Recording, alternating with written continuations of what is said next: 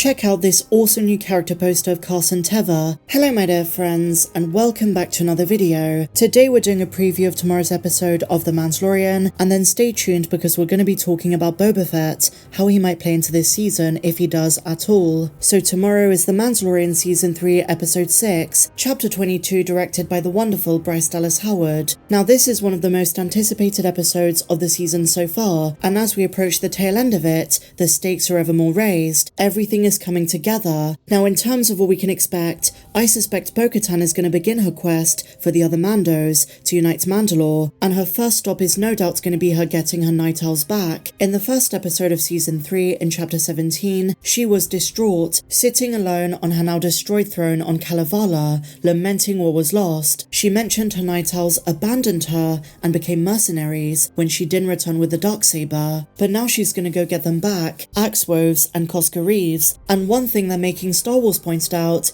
is that in the exclusive footage leaked by Bespin Bulletin, the on-set stuff where we see Bo-Katan arguing and fighting Axe Woves, there is an Imperial officer in the frame. Did Axe and Cosca start working for Moff Gideon, and are they to some extent responsible for helping him to escape with other Mandalorians, Imperial Mandalorians like Super Commandos? If this is true, this is going to create an insane tension when she meets them. Now, Bryce Dallas-Howard is the one responsible for Bo-Katan's first live-action appearance in The Heiress, Chapter 11 of Season 2. In that episode, she also directed Cosca and Axe Woves, so logically we would expect them to appear in tomorrow's episode as well. She also directed in the Book of Boba Fett, The Return of the Mandalorian, which focused on the Darksaber. I think it's almost certainly going to come into conversation if Bo is going to get her Nite Owls back, because the reason they left her in the first place is because she didn't return with it, as she tells Din, wave that thing around, and they follow. Now at first, because Bo still doesn't have the Darksaber, they might refuse, but I suspect she's going to tell them about the Mythosaur, and that is way more important. Now I should say all of this is just speculation, but when the Nite Owls are back on her side, she's going to recruit other Mandos too, and this is where fans are hoping for some familiar faces. Tomorrow's episode, minus the intro and the credits, is roughly 44 minutes in length, so a couple of minutes longer than Chapter 21 last week. So that is pretty much all we know and speculate about Chapter 22, but as we approach the last 3 episodes, I've seen a lot of fans wonder if it's too late for Boba Fett to appear. I don't think it is, and I might have worked out a theory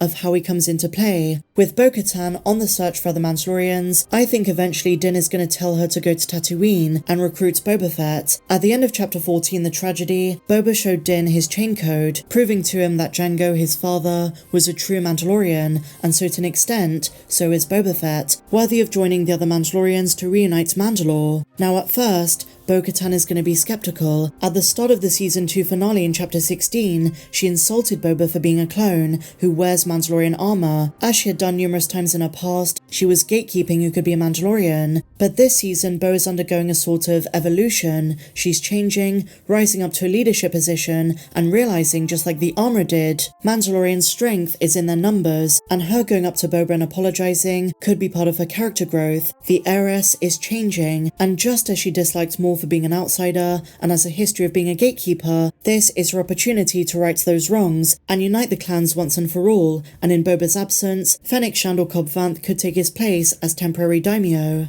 But if Boba does show up, it's probably not going to be in the next episode. I think that's going to be reserved for the finale. And do bear in mind, he wears the Mythosaur emblem. Bo-Katan saw a real one. She did tell the armor about it, but I think when she reveals it to the other Mandalorians, that's going to be such a huge moment. It seems clear to me that many fans want to see Boba again. The Book of Boba Fett was not perfect, but it certainly got people interested in Temuera Morrison returning to Star Wars in live action. We got a taste in The Mandalorian Season 2 when he returned. He was an absolute badass, and while the Book of Boba Fett did have its moments, we didn't see him kicking ass too much, so we hope he returns as an ally to Din in Season 3. And of course, with Star Wars Celebration this weekend, wouldn't it be amazing if we got a Book of Boba Fett Season 2 announcement? There is such a love for the character, and I guess another thing that we hope for is a live-action Rex and or Wolf. In the Mandoverse, probably in the Ahsoka show, we want more of him, he's fantastic. And generally, if you're a Tem fan, yesterday they announced a Moana live-action film. The 2016 animated movie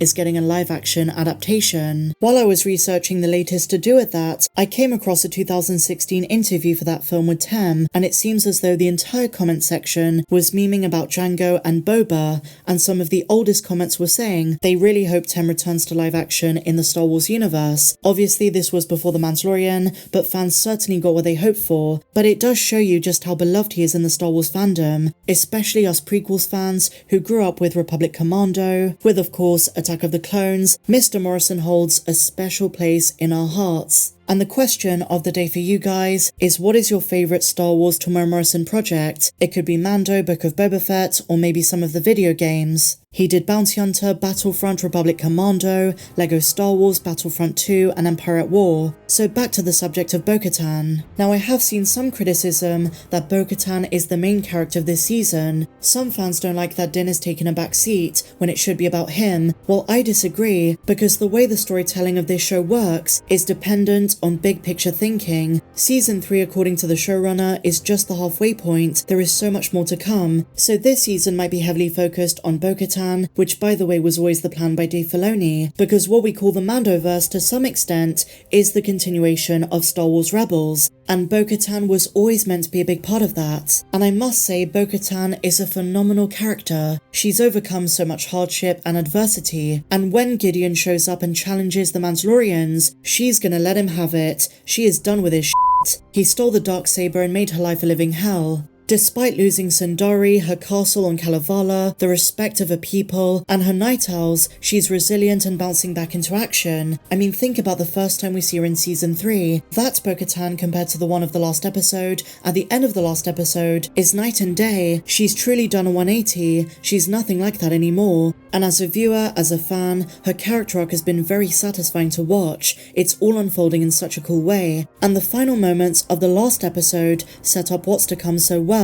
And I will say some of the earlier aspects of the season are going to come back and be very important. For example, the spider droid in the Mines of Mandalore, I think was planted by Moff Gideon. I think that's an Imperial trap designed to harvest blood of surviving Mandos. But what do you guys think? Are you excited for tomorrow's episode? Share your thoughts and predictions in the comments down below.